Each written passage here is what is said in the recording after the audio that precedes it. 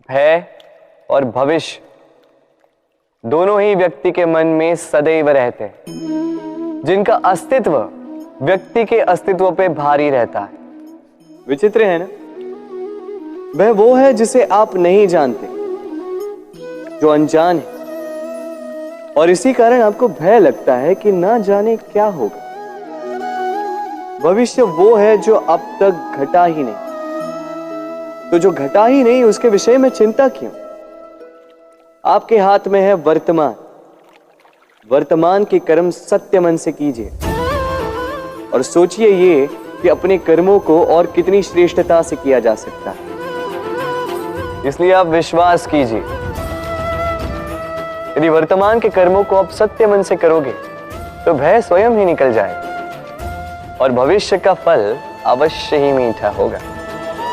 इसलिए भय और भविष्य से डरना छोड़ दीजिए, इस वर्तमान को जी।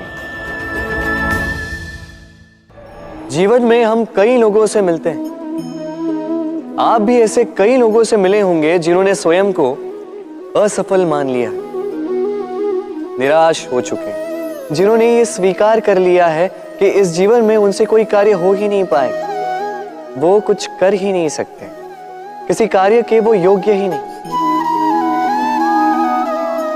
किंतु ऐसा नहीं, इस संसार में ऐसा कुछ भी नहीं है जो योग्य नहीं है। कोई ऐसा अक्षर नहीं है जो किसी मंत्र का भाग ना, कोई ऐसी जड़ी बूटी नहीं है जो औषधि ना, कोई ऐसा विष नहीं है जो समय आने पर अमृत ना बन जाए। और इसी प्रकार कोई व्यक्ति अयोग्य नहीं होता, उसे अयोग्य बनाती है उसकी सोच।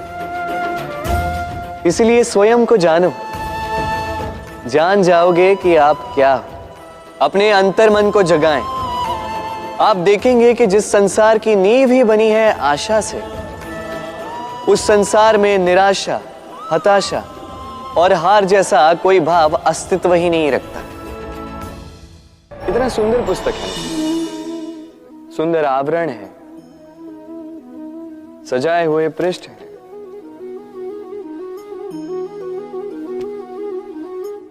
किंतु क्या ये सत्य में अद्भुत पुस्तक कहलाने की पात्र है? क्या इसमें जो लिखा है वो सत्य है, प्रेरणादायी है, हमारे लिए मूल्यवान है? कैसे निश्चय लिया जाए इस बात का? अब आप सोचेंगे कि सीधी सी बात है, आवरण को देख के पुस्तक की गुणवत्ता कैसे जानी जा सकती?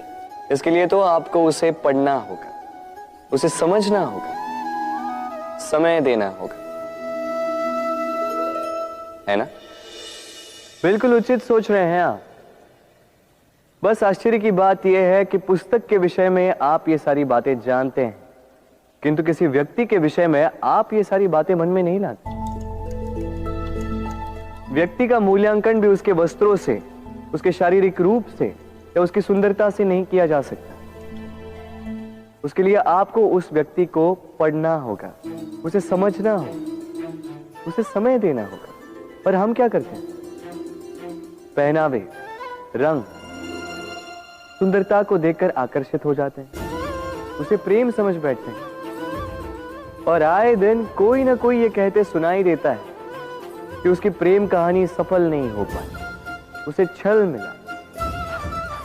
किंतु इसमें दोष किसी और का नहीं, स्वयं आपका है। आपने उस व्यक्ति को समय नहीं दिया, आपने उस व्यक्ति के विचार नहीं परखे। प्रेम 2 क्षण में बनने वाला पकवान नहीं है, इसका स्वाद चखने के लिए आपको जीवन भर का समय देना पड़ेगा। तो समय दीजिए, एक दूसरे के रूप से नहीं, आत्मा से जुड़ी, निश्चित ही मन प्रसन्नता से कह उठेगा, राधे राधे।